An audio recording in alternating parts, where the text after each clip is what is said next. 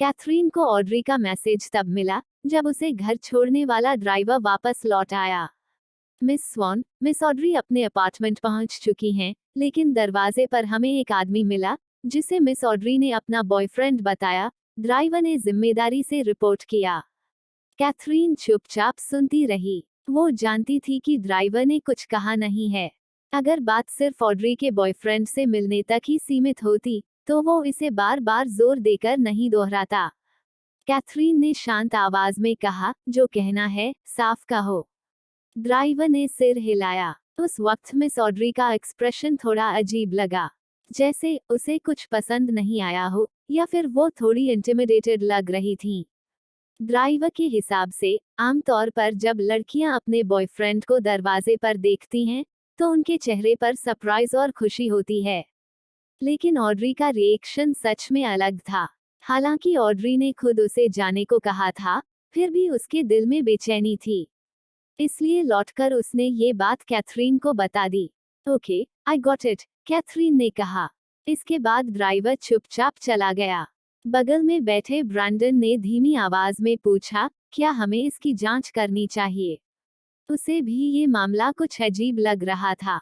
Audrey ऐसी नहीं लगती थी जो इतनी जल्दी किसी नए रिश्ते को एक्सेप्ट कर ले। नो नीड, कैथरीन ने सीधे मना कर दिया। मैंने पहले ही किसी को लगा रखा है। ये सुनकर कि वो पहले से जांच शुरू कर चुकी है, ब्रैंडन ने और कुछ नहीं कहा। अगले ही दिन एक जबरदस्त खबर ने पूरे लॉक्सटन के फाइनेंशियल सर्कल को हिला दिया। कुछ समय पहले तक जो दो बड़े ग्रुप्स एक दूसरे से जमकर लड़ रहे थे, उन्होंने अचानक अपनी पार्टनरशिप का ऐलान कर दिया। बाहर की दुनिया में हंगामा मच गया। दोनों ग्रुप्स के स्टॉक प्राइसेस लगातार ऊपर जा रहे थे। भले ही दोनों को फायदा हुआ हो, लेकिन रेप्यूटेशन के मामले में डंकन कॉर्पोरेशन को नुकसान झेलना पड़ा। नेटिजन्स ने डंकन कॉर्पोरेशन को ट्रेटर तक कह दिया। पहले जब डंकन कॉर्पोरेशन ने अपने दम पर फॉरेन मोनोपोलीज से लड़ाई लड़ी थी, तब सबने तालियां बजाई थीं। लेकिन थोड़े ही समय बाद उसी फॉरेन कंपनी के साथ हाथ मिलाना लोगों को बिल्कुल पसंद नहीं आया। मिस्टर डंकन, ग्रीन ग्रुप की डेलीगेशन आ चुकी है, क्या उन्हें अंदर आने दें? पैक्सटन ने संभल कर पूछा। वो साफ देख सकता था कि ब्रैंडन का मूड अच्छा नहीं है। ग्रीन ग्रुप की डेलीगेशन ऐसे वक्त पर आई थी जब ब्रैंडन का गुस्सा निकलने वाला था। लेट देम इन, ब्रैंडन ने कहा। ओके, पैक्सटन पीछे हट गया। थोड़ी ही देर बाद जो दरवाजा अभी बंद हुआ था वो फिर से खुल गया। पैक्सटन ग्रीन ग्रुप के रिप्रेजेंटेटिव्स के साथ ब्रैंडन के ऑफिस में दाखिल हुआ। उनमें ग्रीन ग्रुप का जनरल मैनेजर और डेप्यूटी डायरेक्टर थे। दोनों ऊंचे पद पर थे और सीधे शेन को रिपोर्ट करते थे। जनरल मैनेजर अंदर आते ही मुस्कुराया और बोला, मिस्टर डंकन, कॉन्ग्रेचुलेशंस, आज डंकन कॉर्पोरेशन के शेयर्स काफी ऊपर गए हैं। ब्रैंडन के चेहरे पर कोई भाव नहीं था। उसकी ठंडी नजर जनरल मैनेजर पर टिक गई। आपको हमारी कोलैबोरेशन पब्लिक करने की परमिशन किसने दी? उस दबाव भरे माहौल में ग्रीन ग्रुप का जनरल मैनेजर थोड़ा घबरा गया। ऐसा दबाव उसने पहले सिर्फ शेन के सामने महसूस किया था। उसे यकीन नहीं हुआ कि उससे करीब 10 साल छोटे किसी इंसान के सामने वो ऐसा महसूस करेगा। एक पल के लिए जम जाने के बाद वो संभला। हल्की खांसी के साथ मुस्कुराकर बोला, मिस्टर डंकन, प्रोसेस चाहे जो भी हो, रिजल्ट तो अच्छा है ना?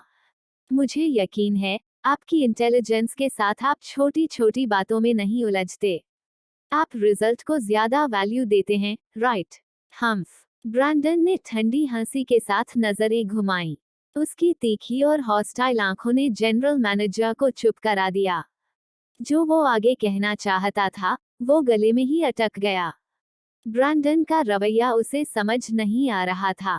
वो मन ही मन सोच रहा था, ये तो साफ विन विन सिचुएशन है, फिर ब्रैंडन इसे पब्लिक क्यों नहीं करना चाहता? पैक्सटन ने दोनों पार्टीज के बीच साइन हुआ कॉन्ट्रैक्ट निकाला और सबके सामने रख दिया। ये वो एग्रीमेंट है जो हमने साइन किया था। इसमें साफ लिखा है कि इस प्रोजेक्ट को पब्लिक नहीं किया जाएगा। अगर ऐसा हुआ तो हमें कभी भी कॉन्ट्रैक्ट टर्मिनेट करने का पूरा हक है। डंकन कॉर्पोरेशन का सख्त रुख देखकर ब्रीन ग्रुप का जनरल मैनेजर घबरा गया।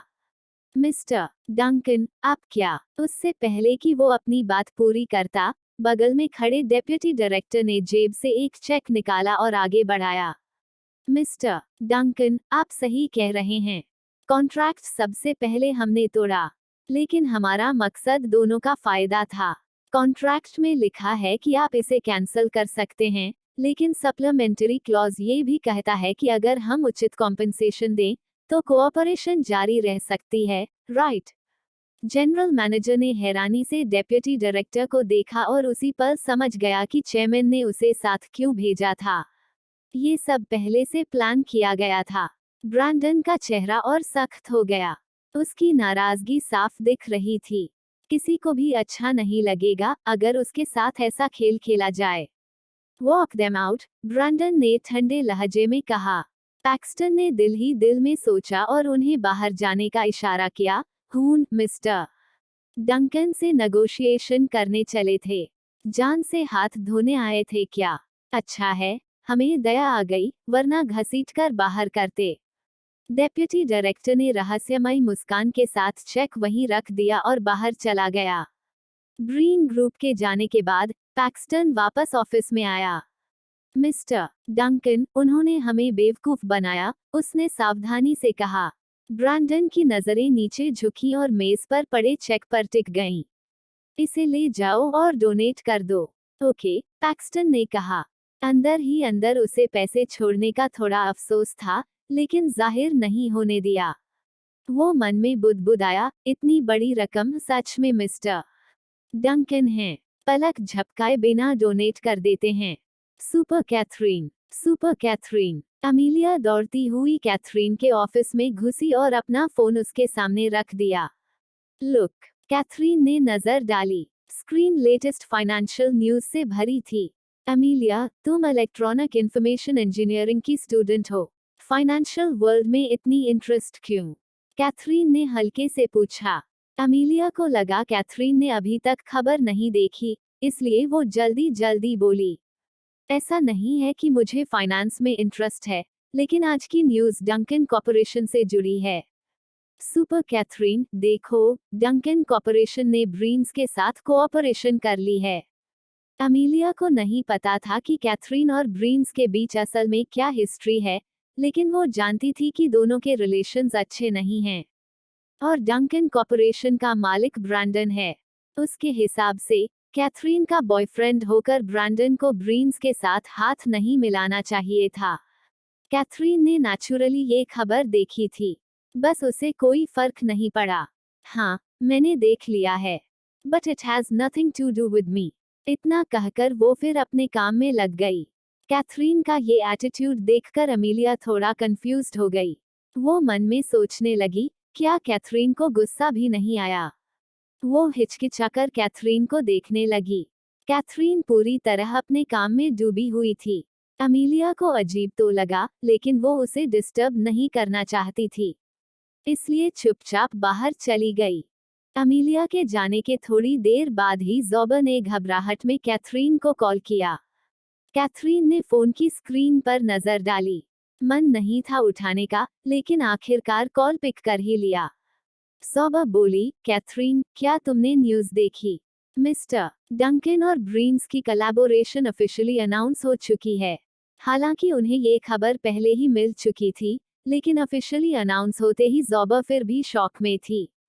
उसके दिमाग में एक ही सवाल घूम रहा था, आखिर ऐसा कौन सा डील है जिसके लिए मिस्टर डंकन इतनी बड़ी कीमत चुकाने को तैयार हो गए? इस बार तो उन्होंने पूरी डंकन कॉर्पोरेशन को क्रिटिसिज्म का टारगेट बना दिया। कैथरीन ने शांति से कहा, अमीलिया अभी मुझे न्यूज़ दिखाकर गई है। तुमने बस इसी के लिए कॉल किया था।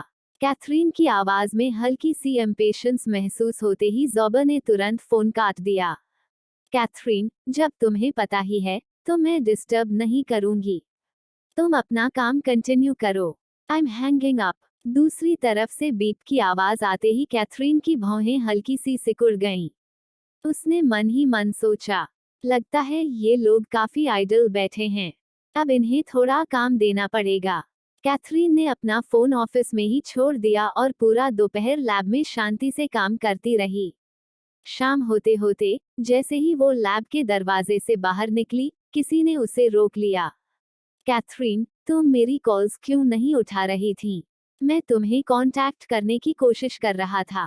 कैथरीन ने रायलन को ठंडी नजर से देखा और खुद की तरफ इशारा करते हुए कहा, तुम्हें मुझ में कहीं फोन रखने की जगह दिख रही है।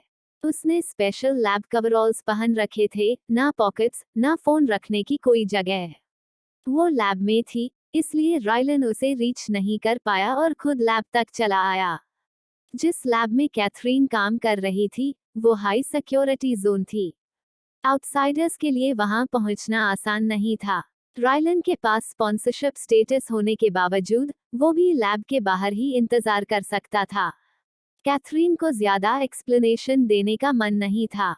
उसे बेवजह लगा, क्या बात है, सीधे बोलो। रायलन ने कहा, चलो कहीं बैठकर बात करते हैं। कैथरीन लैब रूम की तरफ बढ़ी और रायलन उसके पीछे पीछे आ गया। अंदर घुसते ही रायलन बोल पड़ा, कैथरीन, तुम्हें नहीं देख रहा ब्रैंडन ने क्या किया? उसने तुम्हें बट्रे किया है। He's an evil capitalist। Catherine हल्के से हंस पड़ी। रायलन उसे अविश्वास से देखने लगा। उसे समझ नहीं आया कि वो हंस क्यों रही है। उसके दिमाग में सवाल उठा, मैंने क्या मजाक की बात कह दी? मैंने तो सच कहा था। वो पूछ बैठा, कैथरीन, तुम ऐसे क्यों हंस रही हो? कैथरीन ने उसे बर्फीली नजर से देखा। तुम्हें ब्रैंडन को ईवल कैपिटलिस्ट कहने की हिम्मत कैसे हुई? और तुम खुद, तुम्हारी बात तो और भी फनी है। रायलन का चेहरा शर्मिंदगी से लाल हो गया। उसे उम्मीद नहीं थी कि इस पॉइंट पर भी कैथरीन ब्रैंडन पर भरोसा करेगी।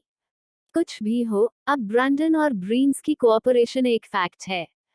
कैथरीन, क्या तुम अब भी उसके साथ रिलेशनशिप कंटिन्यू करना चाहती हो? तुमने खुद कहा था कि तुम्हें बट्रेयल से नफरत है।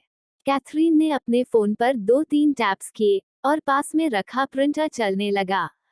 कैथरीन का ये एटीट्यूड देखकर रायलन भड़क गया। क्या तुम्हें सच में अभी काम करने का मूड है? कैथरीन ने शांति से जवाब दिया, कुछ भी कहने से पहले मेरी प्रिंट आउट देख लो। रायलन ने शक की नजर से उसे देखा, फिर प्रिंटर से कागज उठाकर पढ़ने लगा। जैसे जैसे वो पढ़ता गया, उसकी आंखें चौड़ी होती चली गईं। वो तेजी से कैथरीन की तरफ मुड़ा, चेहरे पर साफ शौक था। कैथरीन, ये सब? कैथरीन का चेहरा ठंडा हो गया। उसकी आंखों में बर्फ जम गई। रायलन, जब तुम ब्रैंडन को ईवल कैपिटलिस्ट कह रहे थे, तब एक बार सोचा कि तुम खुद क्या कर रहे हो? तुम्हारे फैमिली ने ब्रीन्स के साथ कम कोऑपरेशन की है क्या?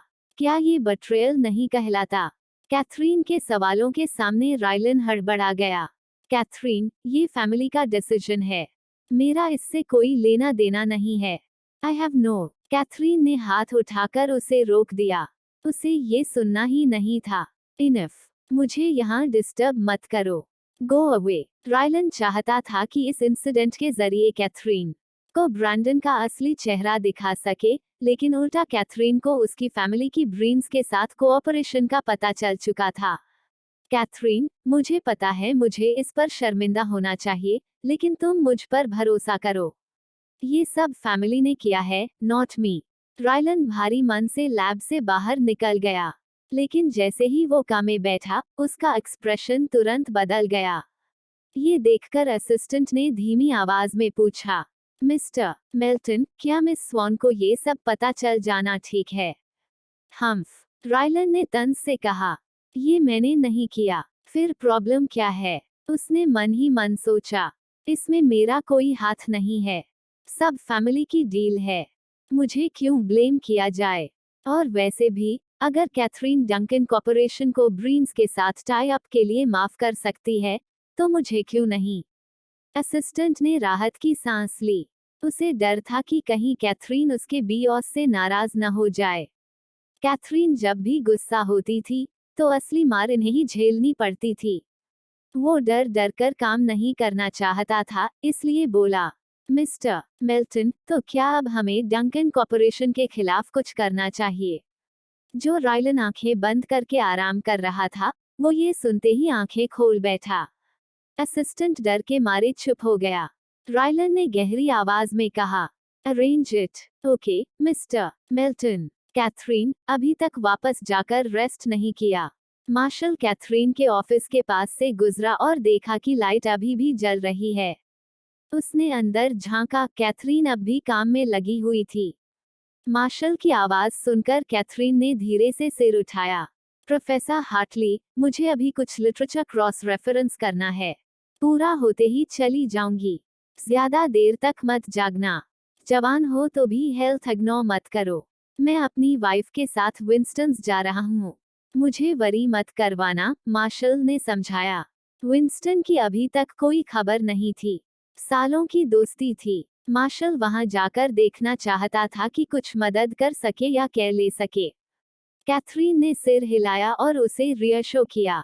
ओके, प्रोफेसर वॉर्नर के बारे में ज्यादा वरी मत कीजिए। He'll be fine. कैथरीन के मुंह से ऐसे कंफर्टिंग वर्ड्स सुनना रह था। मार्शल को जाने अनजाने सुकून मिला। ऑलराइट, याद रखना, जल्दी घर जाना। ये सोचकर उसे खुद हंसी आ गई। एक टीचर होने के नाते वो हमेशा स्टूडेंट्स को मेहनत करने को कहता था, लेकिन कैथरीन के सामने वो उल्टा उसे हेल्थ का ध्यान रखने की नसीहत देता रहता था। मार्शल के जाने के थोड़ी देर बाद ही कैथरीन ने अपना सामान समेटा और निकल पड़ी। वो जानती थी, अगर वो नहीं गई तो मार्शल फिर लौट आएगा। कैथी, एक जानी पहचानी आवाज ने लैब बिल्डिंग से बाहर निकलते ही उसे रोक लिया। कैथरीन ने नजर उठाई। थोड़ी दूरी पर ब्रैंडन खड़ा था, एक हाथ पॉकेट में। उसके हैंडसम चेहरे पर हल्की सी कड़वाहट भरी मुस्कान थी और उसकी आंखों में पहले जैसी फर्मनेस नहीं थी। वो आगे बढ़ना चाहता था, लेकिन कैथरीन की भौहें सिकुड़ते देख हिचकिचाया और रुक गया। ये देखकर कैथरीन खुद आगे बढ़कर उसकी तरफ चल दी। तुम यहाँ पहुँचते ही मुझे मैसेज क्यों नहीं किया? कैथरीन ने ब्रैंडन को ऊपर से नीचे तक घूरते हुए देखा। उसकी आंखें ठंडी थीं, चेहरे के भाव वैसे ही लग रहे थे, लेकिन असल में सब बदल चुका था। उस नजर ने ब्रैंडन को थोड़ा असमंजस में डाल दिया। वो इस पल कैथरीन क्या सोच रही है, समझ नहीं पा रहा था।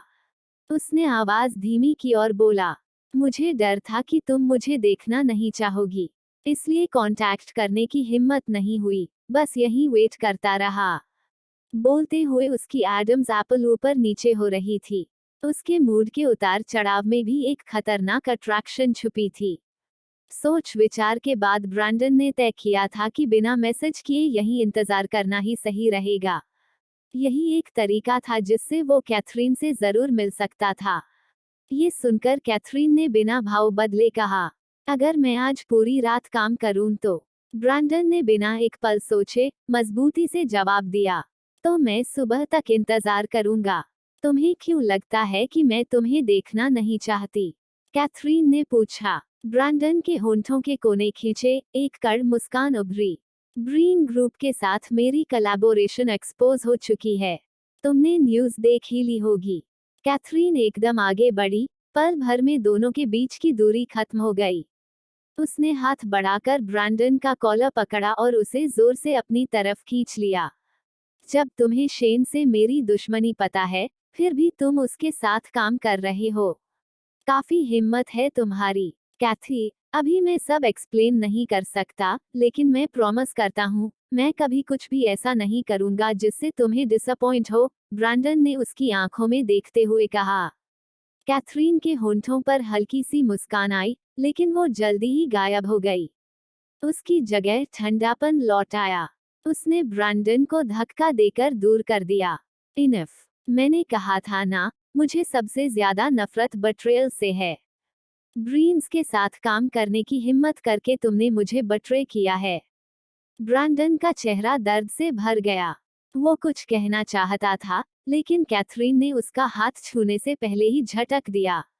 मुझे मत छूना, ट्रेटर, कैथरीन ने कहा और तेजी से चली गई। ब्रैंडन उसके पीछे भागना चाहता था, लेकिन अभी अभी कैथरीन के चेहरे पर जो दृढ़ता उसने देखी थी, उसे याद कर वो वहीं खड़ा रह गया, सिर पकड़े, दर्द में डूबा हुआ। वो काफी देर तक नीचे अकेला खड़ा रहा, जब तक कैथरीन पूरी तरह उसकी नजरों से ओझल नहीं हो गई। उसके बाद ही वो धीरे धीरे वहां से चला गया। जैसे ही वो गया, ऊपर खड़ा इंसान तुरंत ही अभी अभी रिकॉर्ड किया गया वीडियो सेंड कर चुका था। उस आदमी ने रहस्यमयी नंबर डायल किया। सर, ब्रैंडन और कैथरीन के बीच झगड़ा हुआ है। ब्रैंडन अब जा चुका है। रिपोर्ट देने के बाद उसने कॉल काट दिया और लैब बिल्डिंग में गायब हो गया। अपार्टमेंट के अंदर अंधेरा और सन्नाटा था।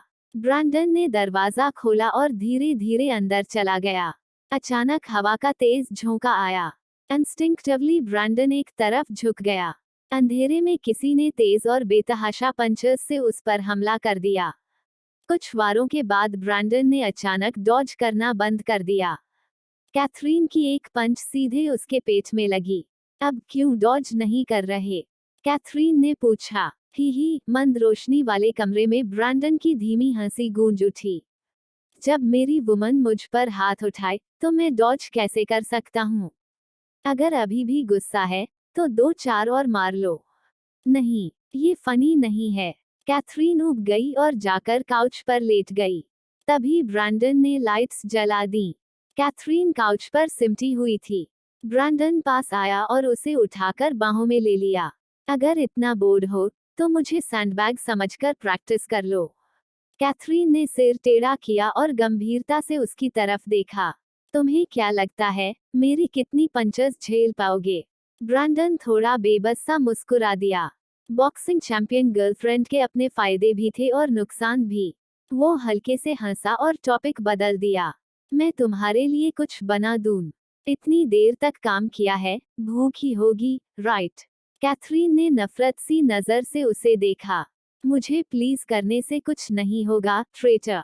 उसने हाथ बढ़ाकर ब्रैंडन की नाक पकड़ ली और आगे पीछे मरोड़ने लगी।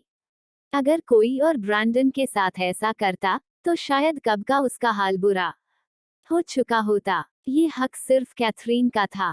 ब्रैंडन ने उसका हाथ पकड़कर अपनी बाहों में जकड़ लिया, फिर अपनी लाल हो चुकी नाक उसकी नाजुक गर्दन के पास ले जाकर हल्के हल्के रगड़ने लगा, जैसे बदला ले रहा हो। मैं ट्रेटर हूँ, क्या तुम्हें नहीं पता? मेरा दिल और जिस्म सब तुम्हारे हैं। कैथरीन पलटी और पूरी ताकत से उसके कंधे में काट लिया। ब्रैंडन ने बस भौहें सिकोड़ी, कोई आवाज तक नहीं निकाली। लेकिन जो खाना बनाने जा रहा था, उसने अचानक अपना मन बदल लिया। वो उत्तेजित हो चुका था। कैथरीन के लिए खाना बनाने से पहले उसे खुद को संभालना जरूरी था। ब्रैंडन ने पलटकर कैथरीन को अपने नीचे दबा लिया। गॉट इट, रोनन ने धीरे से कहा। फिन, जो ऊँघ रहा था, एकदम जाग गया। वो झटके से रोनन के सामने आ गया, इतनी तेजी से कि रोनन लगभग पीछे खिसक गया। स्क्रीन पर इंफॉर्मेशन देखते ही फिन के चेहरे पर खुशी की मुस्कान फैल गई। उसने हल्के से रोनन के कंधे पर थपकी दी। गुड जॉब, इतनी जल्दी क्रैक कर लिया। नो वंडर बॉस कहता है कि तुम्हारे पास कंप्यूटर टैलेंट है। रोनन के होंठों पर एक तंज भरी मुस्कान उभरी। टैलेंट देखकर ही तो मुझे पकड़ा गया, इनोसेंट होकर भी ट्रबल में फंस गया, उसने मन ही मन सोचा। फिन ने इंफॉर्मेशन कॉपी करके सीधे यूएसबी में डाल दी। मैं ये बॉस को दिखाने जा रहा हूँ, देखते हैं वो क्या कहते हैं। ओके, रोनन ने न रोका, न कोई शर्त रखी। फिन को ये थोड़ा अजीब लगा। डर नहीं लगता कि मैं इंफॉर्मेशन ले जाऊं और तुम्हारे पास बार्गेन करने के लिए कुछ न बचे? रोनन ने धीरे से सिर उठाया। उसकी ठंडी नजर फिन पर पड़ी। डर कर भी मैं क्या कर सकता हूँ? अगर नेगोशिएट कर सकता तो यहाँ बंद क्यों होता? इस वक्त वो पिंजरे में बंद पंछी था, जितना भी तड़पे, आजादी नहीं मिलनी थी। फिन कुछ पल चुप रहा। बात में दम था। वो इंफॉर्मेशन लेकर बाहर चला गया। रोनन बिस्तर पर लेट गया। नेगोशिएशन नहीं कर सकता, कम से कम आराम तो कर सकता हूँ, उसने सोचा। पता नहीं कितना वक्त बीता, रोनन ने किसी के दरवाजा खोलने की आहट महसूस की। उसने आंखें खोली, दरवाजे पर फिन खड़ा था। रोनन फिर से लेट गया। रोनन, उठो। फिन की आवाज से वो चिढ़ गया। वो उठकर बैठा और गुस्से से घूरा। क्या हेल है, जो मुझे जगा दिया? चलो, फिन ने छोटा सा जवाब दिया। रोनन कुछ पल जम सा गया, फिर आंखें फैलाकर पूछा, क्या मतलब? फिन ने होंठ दबाए। Congratulations, you are free again. Ronan के दिमाग में झटका सा लगा। मैं फ्री हूँ, उसने खुद से कई बार कंफर्म किया, फिर भी जो सुना था उस पर यकीन नहीं हो रहा था। चलो, मैं तुम्हें बाहर तक छोड़ देता हूँ। फिन ने रोनन की तरफ हाथ हिलाया, उसे खड़े होने का इशारा किया। रोनन हैरानी से भरे चेहरे के साथ खड़ा हुआ और फिन के पीछे पीछे चल पड़ा। दरवाजे तक पहुंचते पहुंचते जैसे उसे होश आया, वह अचानक रुक गया और फिन को भी रोक लिया। वेट, मुझे एक काम और करना है। फिन पलटकर उसे देखने लगा। उसकी आंखों में हल्की सी मॉकिंग चमक थी, लेकिन क्यूरियोसिटी भी साफ दिख रही थी। क्या रुकना चाहते हो? ज्यादा ग्रीडी मत बनो। मौका मिला है तो जितनी जल्दी हो सके निकल जाओ। अगर बाद में हमारे बॉस का मूड बदल गया तो पछताओगे। नो, रोनन ने सिर हिलाया और मजबूती से बोला। मुझे फ्लैश से मिलना है। वह जाने से पहले फ्लैश को एक बार और देखना चाहता था। उसकी बात सुनकर फिन थोड़ा चौंका। उसे लगा था रोनन पैसे या किसी और चीज की डिमांड करेगा, लेकिन उसने कभी नहीं सोचा था कि वो उनके कैप्टन से मिलने की बात करेगा। इन दिनों फ्लैश की हालत दिन ब दिन बिगड़ती जा रही थी। शुरुआत में फ्लैश फिन के साथ वाकई बहुत अच्छा था। फिन दिल से उसकी फिक्र करता था, लेकिन बॉस की नज़र में होने की वजह से वह कुछ कर नहीं पा रहा था। थोड़ी देर सोचने के बाद फिन ने फैसला लिया। ठीक है, मैं तुम्हें वहां ले चलता हूँ, लेकिन सिर्फ 3 मिनट। टाइम खत्म होते ही तुम्हें जाना होगा। ओके, रोनन ने बिना हिचक हामी भर दी। 3 मिनट उसके लिए काफी थे। वह फिन के साथ नीचे तीसरी मंजिल के डिटेंशन रूम तक पहुंचा। वहीं उसने फ्लैश को देखा। फिन ने दरवाजा खोला और रोनन धीरे धीरे अंदर चला गया। ठीक 3 मिनट बाद रोनन दरवाजे पर आ खड़ा हुआ। फिन को नहीं पता था कि रोनन और फ्लैश के बीच क्या बात हुई। वक्त की कमी थी, ज्यादा सोचने का मौका नहीं था। उसने बस रोनन को बाहर निकाल लिया। तेज धूप रोनन पर हल्के हल्के पड़ रही थी। उसे याद ही नहीं था कि उसने आखिरी बार इतनी खुली धूप कब देखी थी। उसने सिर उठाया, आंखें बंद की और सनलाइट के उस एहसास को महसूस करने लगा जैसे कोई बैप्टिज्म हो। फिन ने उसकी तरफ काकी उछाली। आगे एक गाड़ी है, जाओ। बॉस की तरफ से ये आखिरी गिफ्ट है। लेकिन रोनन के दिमाग में कुछ और था। प्रोफेसर वॉर्नर कहाँ है? कई दिनों से उसने विंस्टन को नहीं देखा था और वह जानना चाहता था कि उसकी हालत कैसी है। उसका सवाल सुनते ही फिन के चेहरे पर एक अजीब सी डरावनी मुस्कान आ गई। मुझे लगा था तुम्हें सिर्फ अपनी फ्रीडम की परवाह है। उम्मीद नहीं थी कि तुम्हें अपने मेंटर की भी याद आएगी। लेकिन याद करने से कुछ नहीं बदलेगा, रोनन। तुम्हें समझना चाहिए, तुम्हारी आज़ादी बड़ी मुश्किल से मिली है, दूसरों के बारे में सोचने का वक्त नहीं है। ये सुनते ही रोनन का चेहरा सख्त हो गया। वह आगे बढ़कर और पूछना चाहता था, लेकिन फिन पहले ही मुड़ चुका था। उसे आगे सवाल करने का मौका तक नहीं मिला। उसी पर रोनन सब समझ गया। उसे इतनी आसानी से इसलिए छोड़ा गया था क्योंकि उनके पास अब भी कुछ ऐसा था जिससे वे उसे कंट्रोल कर सकते थे। वे जानते थे कि विंस्टन उसके लिए कितना इम्पोर्टेंट है। उसे अपने काम के लिए मजबूर करने के लिए उन्होंने रोनन को छोड़ दिया और विंस्टन को बार्गेनिंग चिप बना लिया। रोनन ने दिल ही दिल में गाली दी। तुम सोचते हो मुझे ऐसे पकड़ कर रखोगे? रिडिक्यूलस। उसे पता था कि अब रुकने से कुछ नहीं बदलेगा, इसलिए उसे जाना ही था। उधर डंकन कॉर्पोरेशन के शांत कॉन्फ्रेंस रूम में डिपार्टमेंट मैनेजर्स हालात की रिपोर्ट दे रहे थे। अचानक कॉन्फ्रेंस रूम का दरवाजा बाहर से खुला। पैक्सटन गंभीर चेहरे के साथ अंदर आया। वह सीधे ब्रैंडन के पास पहुंचा और धीमी आवाज में कुछ बोला। ब्रैंडन तुरंत खड़ा हुआ और पास खड़ी सेक्रेटरी से कहा, मीटिंग सस्पेंड कर दीजिए। नई मीटिंग का टाइम मैं खुद इन्फॉर्म करूंगा। सेक्रेटरी ने फौरन जवाब दिया, ओके मिस्टर डंकन। इसके बाद ब्रैंडन तेज कदमों से पैक्सटन के साथ बाहर निकल गया। पीछे एग्जीक्यूटिव्स एक दूसरे की तरफ देखकर आपस में फुसफुसाने लगे। क्या हुआ मिस्टर डंकन, अचानक क्यों चले गए? इतनी जल्दी उठकर गए? जरूर कुछ बड़ा हुआ है। पैक्सटन का चेहरा देखा था, कितना सीरियस था। हाँ, मैंने भी नोटिस किया। ब्रैंडन पैक्सटन के साथ तेजी से ऑफिस पहुंचा। कुर्सी पर बैठते ही उसने कॉलर के बटन खोल दिए। साफ दिख रहा था कि वह इम्पेशेंट है। बताओ, क्या बात है? पैक्सटन ने गंभीर आवाज में कहा। मिस्टर डंकन, हमारा डेटाबेस चोरी हो गया है। एक बहुत इंपॉर्टेंट डेटा बैच गायब है। अगर ये डेटा लीक हुआ तो ब्रीन ग्रुप के साथ हमारी पार्टनरशिप खत्म हो जाएगी और इसे कॉन्ट्रैक्ट ब्रीच के नाम पर डिक्लेयर कर दिया जाएगा। इसका मतलब था सिर्फ बिजनेस लॉस नहीं, बल्कि भारी पेनल्टी, और पूरी डंकन कॉर्पोरेशन एक बड़े क्राइसिस में फंस सकती थी। ब्रैंडन की आंखों में ठंडक उतर आई। थीफ का पता चला। सिक्योरिटी डिपार्टमेंट ने पूरी जांच की है। उनके पास एक सस्पिशियस टारगेट है।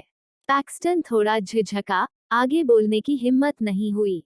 ब्रैंडन की आवाज और ठंडी हो गई। कौन है? साफ साफ बोलो। उस आवाज से पैक्सटन कांप गया। उसने सच बता दिया। उन्हें शक है रोनन पर। पहले भी एक बार रोनन ने अटैक किया था। उस बार कोई नुकसान नहीं हुआ, लेकिन सिक्योरिटी ने उसकी अटैक पैटर्न और डायनामिक्स रिकॉर्ड कर ली थी। इस बार का तरीका बिल्कुल वैसा ही है, almost same person. Duncan corporation का सिक्योरिटी डिपार्टमेंट सिर्फ नाम का नहीं था। वहां टॉप लेवल टेक्निकल एक्सपर्ट्स थे। अगर वे इतने कॉन्फिडेंट थे, तो उसके पीछे सॉलिड एविडेंस था। डेटा चुराने वाला रोनन ही था, इसमें शक नहीं था। ये सुनते ही ब्रैंडन की नजर गहरी हो गई। न्यूज़ पब्लिक कर दो। ओके, पैक्सटन समझ गया। ब्रैंडन ऐसा कैथरीन से बचने के लिए नहीं कर रहा था। जैसे ही खबर बाहर जाएगी, कैथरीन को भी पता चल जाएगा। दोनों स्ट्रैटेजी पर बात ही कर रहे थे कि दरवाजे पर नॉक हुई। सेक्रेटरी अंदर आई। मिस्टर डंकन, ब्रीन ग्रुप की डेलीगेशन आई है।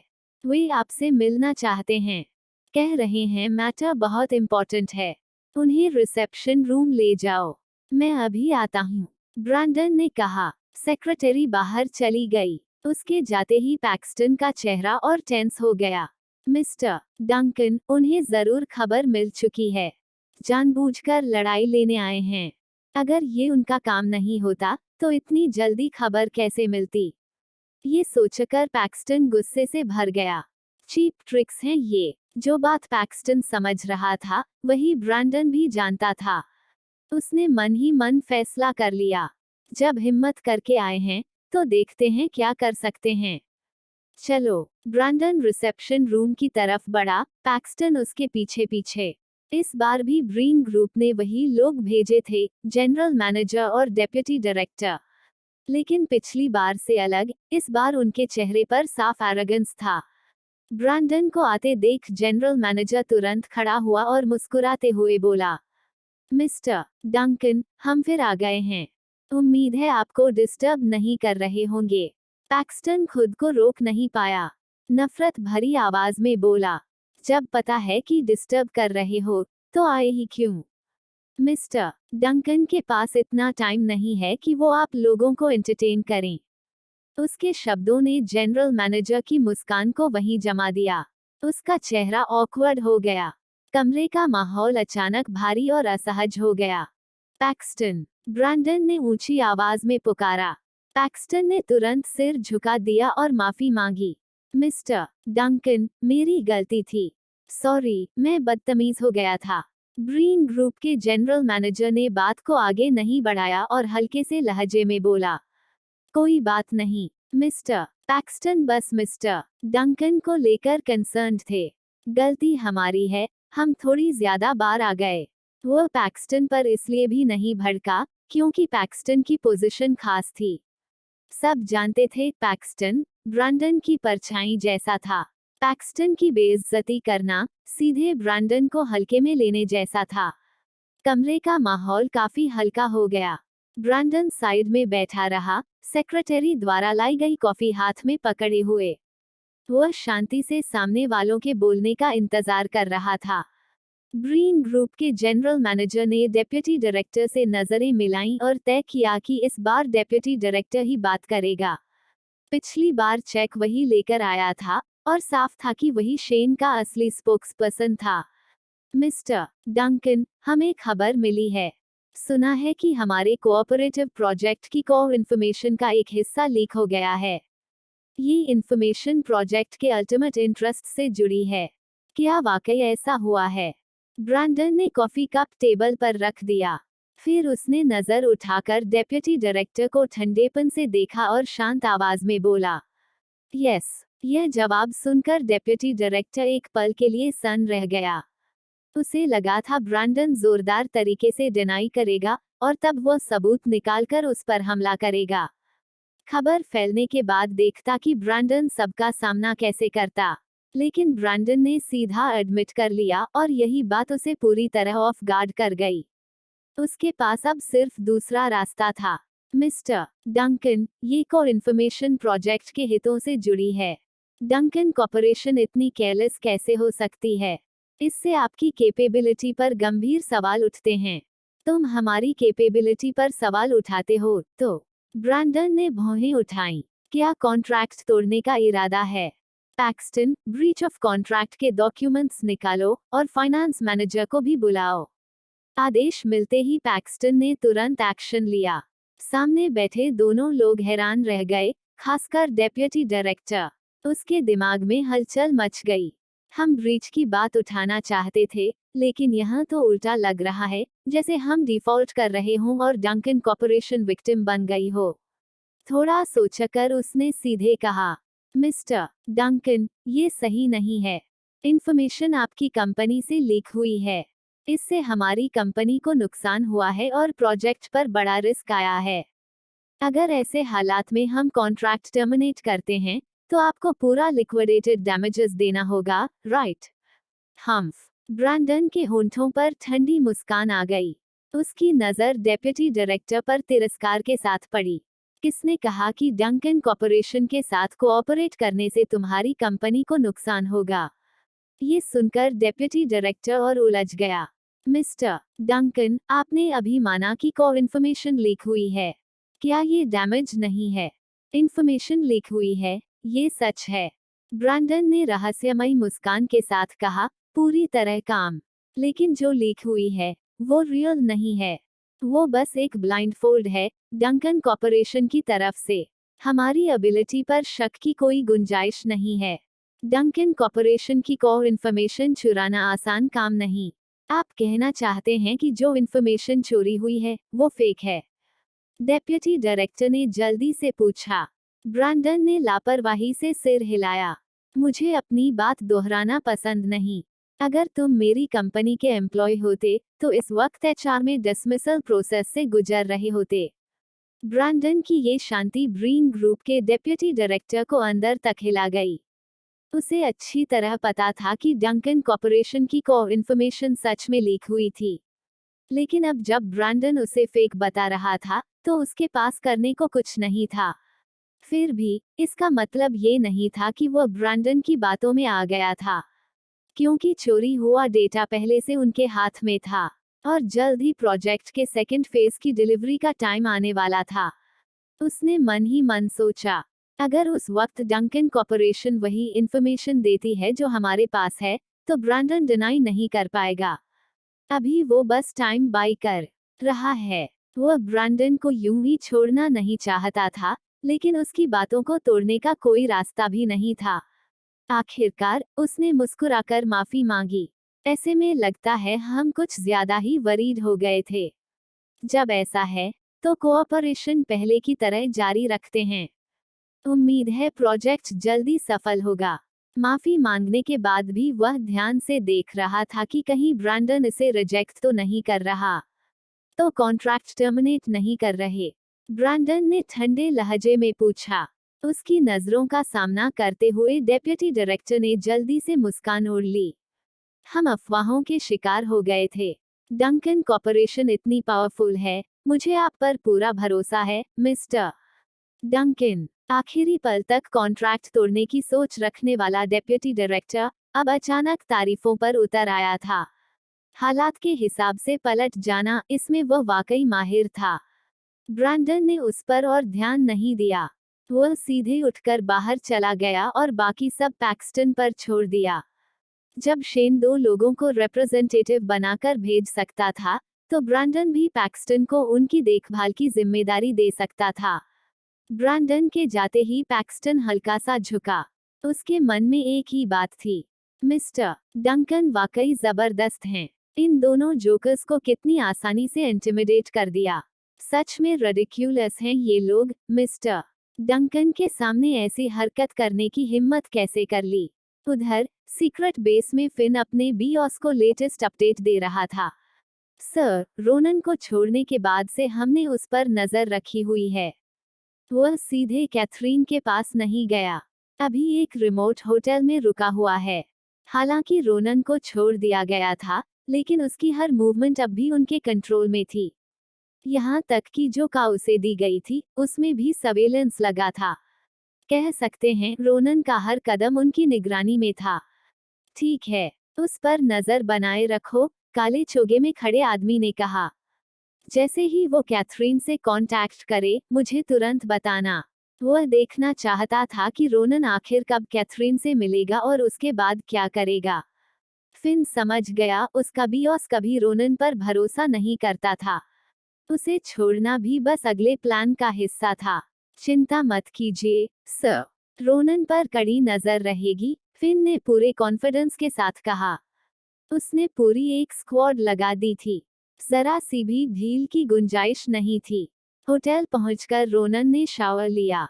अब वो एक सस्ते चेन होटल के कमरे में लेटा था, आंखें बंद किए हुए आराम कर रहा था। डिंग, मैसेज अलर्ट की आवाज से उसकी आंखें धीरे धीरे खुली। उसने पास रखा फोन उठाया और स्क्रीन पर नजर डाली। होंठों के कोने पर हल्की सी मुस्कान उभर आई। बैंक का मैसेज था, किसी ने उसके अकाउंट में $3 मिलियन ट्रांसफर किए थे। दोपहर में उसने फिन की दी हुई कार एक सेकंड हैंड डीलरशिप को बेच दी थी। वो car limited edition sports car थी, जिसकी मार्केट वैल्यू कम से कम $8 मिलियन थी। लेकिन रोनन ने सिर्फ 3 मिलियन मांगे। उसकी बस एक शर्त थी, पेमेंट तुरंत पूरी हो। इतनी सस्ती डील देखकर डीलरशिप ने बिना सोचे समझे मान लिया। अब पैसे रोनन के अकाउंट में थे। बैंक बैलेंस देखते हुए रोनन का चेहरा और सुकून से भर गया। वह मन ही मन हंसा। क्या तुम सच में सोचते हो कि मुझे तुम्हारे पीछे पीछे खेले जा रहे छोटे छोटे गेम्स समझ नहीं आते? अगर तुम्हें ये खेल इतना पसंद है, तो ठीक है, मैं भी। क्या कहा तुमने? खबर सुनते ही ज़ोबा को ऐसा झटका लगा कि वह सोफे से उछलकर खड़ी हो गई। अगर विदौल समय पर पीछे न हटता, तो वह उसी पल उससे टकरा जाती। विदौल बाल बाल बचा। उसने राहत की सांस लेते हुए हल्के से अपनी छाती थपथपाई। Will you calm down? थोड़ी सी भी देर होती तो तुम मुझे मार ही डालती। विदौल की इतनी कोशिशों के बावजूद ज़ोबा उस वक्त बिल्कुल कंट्रोल में नहीं थी। वह खुद को शांत ही नहीं कर पा रही थी। गुस्से में विदौल पर चिल्ला पड़ी। मैं कैसे काम रहूं? रोनन उस बास्टर्ड स्कम के लिए काम करने लगा है। उसने डंकन कॉर्पोरेशन पर अटैक तक कर दिया।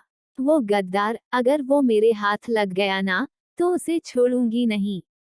जैसे ही वो मेरे सामने आया, मैं उसे जरूर तड़पा तड़पा कर सजा दूंगी। उसे दांत पीसते हुए देखकर विदौल थोड़ा घबरा गया। उसके दिमाग में ख्याल आया, अगर कभी मैंने उसे नाराज कर दिया, तो क्या मेरा भी यही हाल होगा? अच्छी बात ये थी कि इस बार गलती उसकी नहीं थी। ज़ोबा गुस्से से फटने वाली थी। विदौल की तरफ से कोई जवाब न देखकर उसका गुस्सा और बढ़ गया। वो एक तरफ बढ़ी, अपनी जैकेट उठाई और सीधे दरवाजे की ओर चल दी। उसे बाहर जाते देख विदौल को होश आया।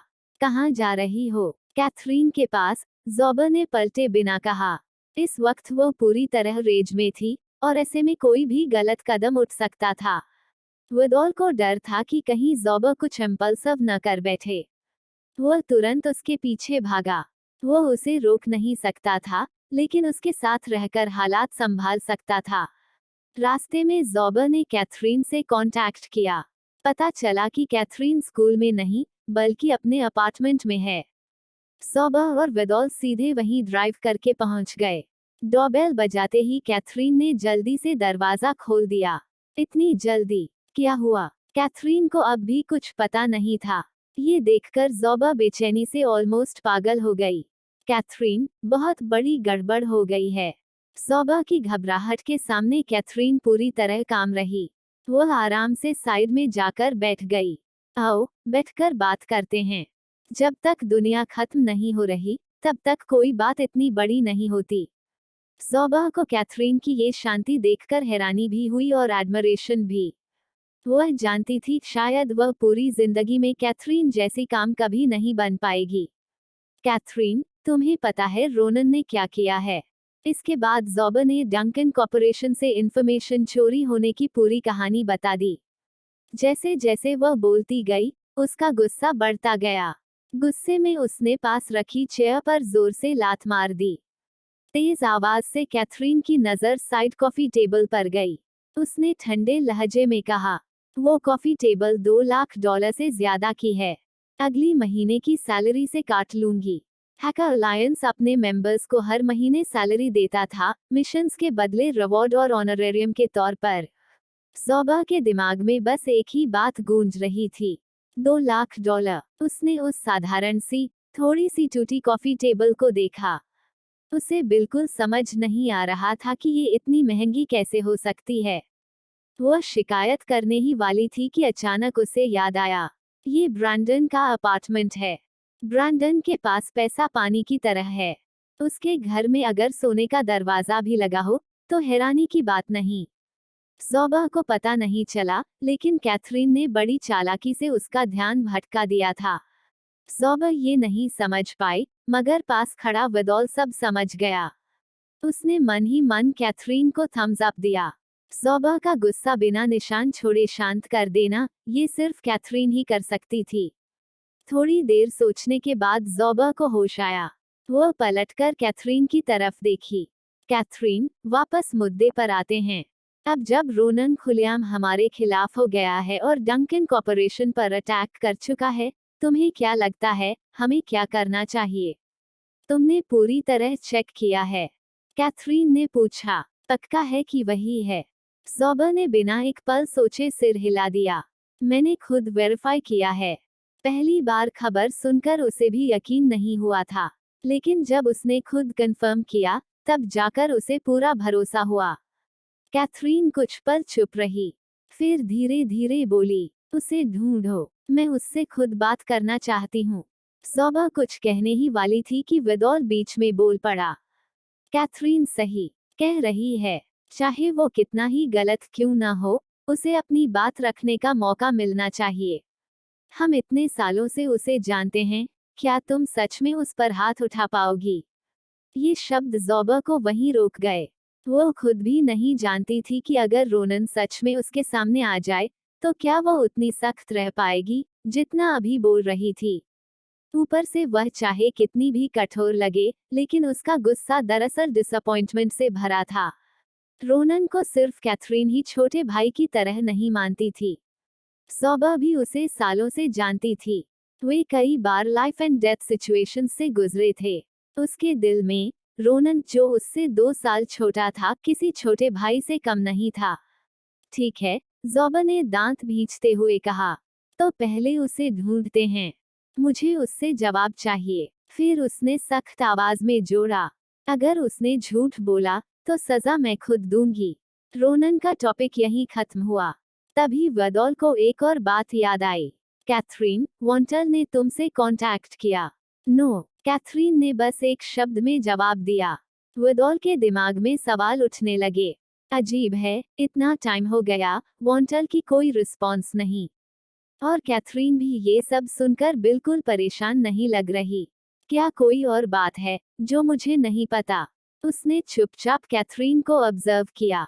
उसके चेहरे के एक्सप्रेशन में शुरू से अंत तक कोई बदलाव नहीं था। कैथरीन हमेशा से मिस्टीरियस रही है।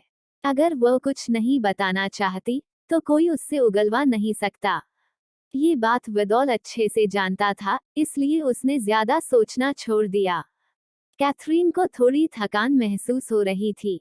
आज वह घर पर आराम करने वाली थी, लेकिन ज़ोबा अचानक आ गई। वह उन्हें विदा करने के मूड में थी। ठीक है, तुम दोनों अपने काम पर जाओ। रोनन के बारे में कुछ भी पता चले, तो सबसे पहले मुझे बताना। कैथरीन, तुम थोड़ी टायर्ड लग रही हो। सब ठीक है ना? ज़ोबा ने उसका पीला चेहरा देखकर पूछा। कैथरीन ने सिर हिलाया। मैं ठीक हूँ। पिछले कुछ दिनों से एक्सपेरिमेंट्स पूरा कर रही थी, ठीक से आराम नहीं मिला। बाद में थोड़ा सो लूंगी। सब जानते थे कैथरीन को हाइपोग्लाइसीमिया है और एक पुरानी इंजरी भी थी जिससे वह पूरी तरह रिकवर नहीं हो पाई थी। हाल के दिनों में वह सिर्फ अपनी विल पावर के सहारे काम कर रही थी, इसलिए उसका चेहरा इतना पीला होना कोई हैरानी की बात नहीं थी। उसे ऐसे देखकर ज़ोबा को दिल से बुरा लगा। अपने इम्पल्सिव बिहेवियर पर उसे पछतावा हुआ। उसे लगा उसे इन बातों से कैथरीन को डिस्टर्ब नहीं करना चाहिए था। वह भौहें सिकोड़कर कैथरीन को देखती रही, आंखों में चिंता साफ झलक रही थी। कैथरीन, अगर रोडगे और स्कॉट से काम चल सकता है, तो एक्सपेरिमेंट्स उन्हीं पर छोड़ दो। खुद को इतना मत थकाओ। आह, कैथरीन ने हल्के से सिर हिलाया और दोनों को बाहर भेज दिया। जैसे ही दरवाजा बंद हुआ, कैथरीन के होंठों पर हल्की सी मुस्कान आ गई। उसने अपना हाथ धीरे से पेट पर रखा और गहरी सांस ली। तुम थोड़े गलत वक्त पर आ गए हो। क्या तुम मुझसे लड़ने आए हो? बस यही उम्मीद है कि सब ठीक रहे। रिलायबल सोर्सेस के मुताबिक डंकन कॉर्पोरेशन अपनी को इन्फॉर्मेशन लीक होने की वजह से जल्द ही एक बहुत बड़े फाइनेंशियल क्राइसिस का सामना करने वाली है। ऑड्री को नॉर्मली फाइनेंशियल वर्ल्ड से कोई खास मतलब नहीं था। अगर इस न्यूज़ चैनल ने पहले से अनाउंस न किया होता कि वे डंकन कॉर्पोरेशन से जुड़ा एक बड़ा सीक्रेट रिवील करने वाले हैं, तो वह कभी भी ऐसा प्रोग्राम नहीं देखती। ह्यूज फाइनेंशियल क्राइसिस, ये सुनते ही ऑड्री की भौहें सिकुड़ गईं।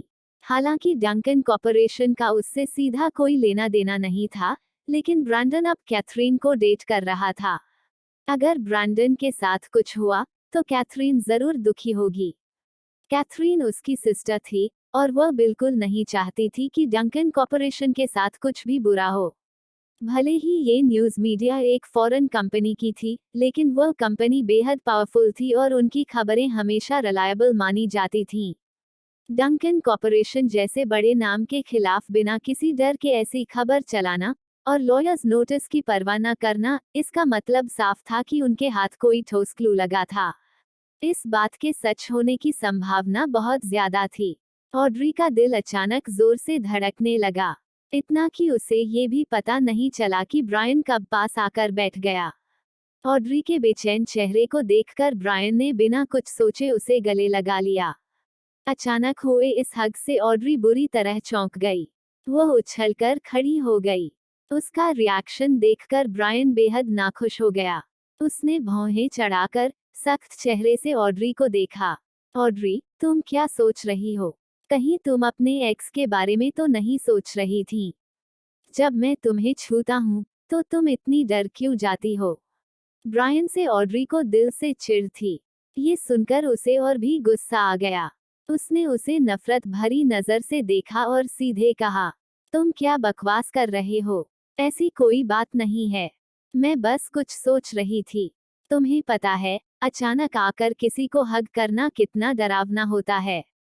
कुछ सोच रही थी? ब्रायन ने शक भरे लहजे में पूछा। फाइनेंशियल न्यूज़ देखते हुए इंसान क्या सोच सकता है? उसके शब्दों से साफ था कि वह ऑड्री की बात पर भरोसा नहीं कर रहा। लेकिन ब्रायन की मौजूदगी ने ऑड्री को एक बात याद दिला दी। वह सोच रही थी कि कौन उसकी शंका दूर कर सकता है, और ब्रायन सामने ही था। वह उससे पूछ सकती थी, ब्रायन, मैं तुमसे कुछ पूछना चाहती हूँ। उसके चेहरे की रेयर सीरियसनेस देखकर ब्रायन को मजा आया। पूछो, देखूं तो सही, क्या जानना चाहती हो? ऑड्री ने टीवी की तरफ इशारा किया। अभी जो न्यूज़ आई, उसमें कहा गया कि डंकन कॉर्पोरेशन एक इकोनॉमिक क्राइसिस के कगार पर है, क्योंकि उनकी को इन्फॉर्मेशन लीक हो गई है। क्या ये सच है? ब्रायन ने उसे ध्यान से देखा। उसकी आंखों में हल्की सी मुस्कान थी। लगता है तुम अभी भी किसी आदमी के बारे में सोच रही थी। बस फर्क इतना है कि वो आदमी तुम्हारा एक्स नहीं, बल्कि तुम्हारा future brother in law Brandon है। उसके चेहरे पर बेशर्मी साफ झलक रही थी। ये देखकर ऑड्री का गुस्सा फूट पड़ा। नेवर माइंड, अगर तुम नहीं बताना चाहते, तो रहने दो। मैं किसी और से पूछ लूंगी। ऑड्री जैसे ही उठकर जाने लगी, ब्रायन ने उसका हाथ पकड़कर उसे खींच लिया। ऑलराइट, मैं मजाक बंद करता हूँ। तुम्हें डंकन कॉर्पोरेशन के बारे में जानना है, राइट? तो सही इंसान से पूछ रही हो। इस मामले में मुझसे बेहतर शायद ही कोई जानता हो। उसके शब्दों में कुछ और ही मतलब छुपा था। ऑड्री ने ब्रायन को ऊपर से नीचे तक देखा। वो बहुत सिंपल थी, अपने मन की बात छुपा नहीं पाई। ब्रायन उसकी सोच समझ गया और मुस्कुराया। क्या तुम्हें लगता है डंकन कॉर्पोरेशन की इंफॉर्मेशन मैंने चुराई है? हफ, ऑड्री ने ठंडी हंसी के साथ कहा। तुम में इतनी काबिलियत है। ब्रायन की आंखें हल्की सी अंधेरी हो गईं।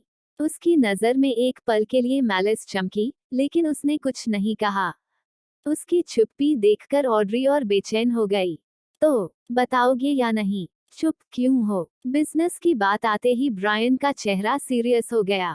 इसी पल ऑड्री को लगा कि सामने बैठा इंसान सच में किसी किंग्लोमरेट का हेir है, ना कि बस एक लेजी रिच किड। ब्रायन ने गंभीर आवाज में कहा, डंकन कॉर्पोरेशन की इंफॉर्मेशन लीक हुई है, ये बात शायद सच है। क्या तुम्हें याद है कुछ समय पहले उनका ब्रीन ग्रुप के साथ कोऑपरेशन था? अगर मेरी इंफॉर्मेशन सही है, तो लीक हुई चीज उसी प्रोजेक्ट की को इंफॉर्मेशन है। इसका क्या रिजल्ट होगा? ऑड्री ने घबराकर पूछा। क्या ये बहुत सीरियस है? उसकी बेचैनी ब्रायन को खल गई। भले ही वह जानता था कि वे ज्यादा वक्त साथ नहीं रह सकते, फिर भी ऑड्री को किसी और आदमी की इतनी चिंता करते देख उसे जलन हो रही थी। वो उसे थोड़ा पनिश करना चाहता था, लेकिन दिल नहीं माना। आखिरकार वो ऑड्री को सच में पसंद करता था। ऐसे बड़े प्रोजेक्ट्स में, ब्रायन ने समझाते हुए कहा, कॉन्ट्रैक्ट्स में साफ लिखा होता है अगर किसी एक पार्टी की वजह से नुकसान होता है, तो दूसरी पार्टी को कॉन्ट्रैक्ट टर्मिनेट करने और कॉम्पेंसेशन मांगने का पूरा हक होता है। जिस प्रोजेक्ट पर वे काम कर रहे हैं, वो बहुत बड़ा है। अमाउंट भी बहुत ज्यादा इन्वॉल्व्ड है। अगर डंकन कॉर्पोरेशन को अकेले कॉम्पेंसेट करना पड़ा, तो उनके लिए ये एक बहुत बड़ा क्राइसिस बन सकता है। अगर हालात और बिगड़े, तो डंकन कॉर्पोरेशन बैंकरप्ट भी हो सकती है। ब्रायन की बात सुनते ही ऑड्री की पहले से सिकुड़ी भौहें और गहरी हो गईं। वह सोच रही थी कि शायद कोई बड़ी बात नहीं होगी, लेकिन अब लग रहा था मामला उसकी सोच से कहीं ज्यादा कॉम्प्लिकेटेड है। तो क्या ब्रीन ग्रुप डंकन कॉर्पोरेशन पर केस कर देगा? ऑड्री ने चिंता से पूछा। ब्रायन ने ठुड्डी सहलाते हुए धीरे से कहा, अगर मैं ब्रीन ग्रुप का मालिक होता तो जरूर करता। आज पार्टनर हैं, कल दुश्मन बन सकते हैं। इतना अच्छा मौका मिले तो कौन छोड़ेगा? ऑड्री अब बिल्कुल काम नहीं रह पाई। उसने सोचा, कैथरीन पहले ही जिंदगी में कितना कुछ झेल चुकी है। अब जाकर उसे थोड़ी शांति मिली थी, और अब डंकन कॉर्पोरेशन पर एक और संकट। ऑड्री बेचैन हो उठी। नो, मुझे जाकर खुद देखना होगा। जैसे ही वह इम्पल्सिवली कुछ करने लगी, ब्रायन ने उसे रोक लिया। कहाँ जाओगी? कैथरीन के पास, या ब्रैंडन से सवाल करने? क्या तुमने ये सोचा है कि शायद इस वक्त उन्हें सिंपैथी या कंसर्न नहीं चाहिए? तुम्हारा जाना उनके लिए और ट्रबल खड़ा कर सकता है। डंकन कॉर्पोरेशन कोई छोटी कंपनी नहीं है। इतने सालों से मजबूती से खड़ी है, उसकी फाउंडेशन बहुत स्ट्रॉन्ग है। और सबसे जरूरी बात, उसका मौजूदा ब्रैंडन कोई साधारण इंसान नहीं है। क्या तुम्हें लगता है तुम उससे बेहतर कर पाओगी? ब्रायन की बातों ने ऑड्री को चुप करा दिया।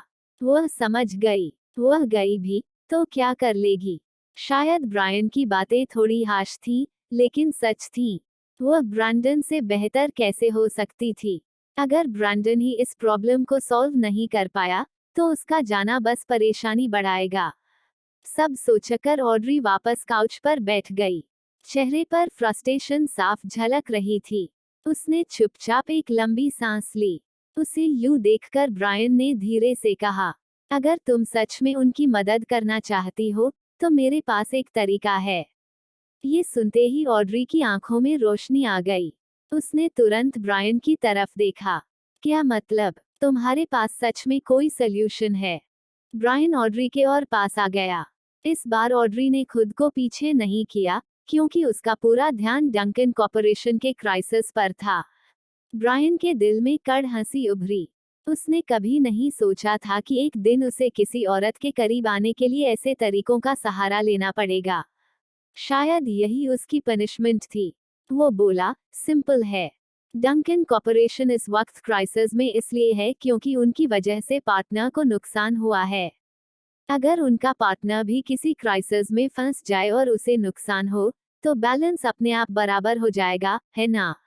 ऑड्री ने ब्रायन की बातों पर गहराई से सोचा। सुनने में ये तरीका थोड़ा अनरिलायबल लग रहा था, लेकिन लॉजिक में दम था।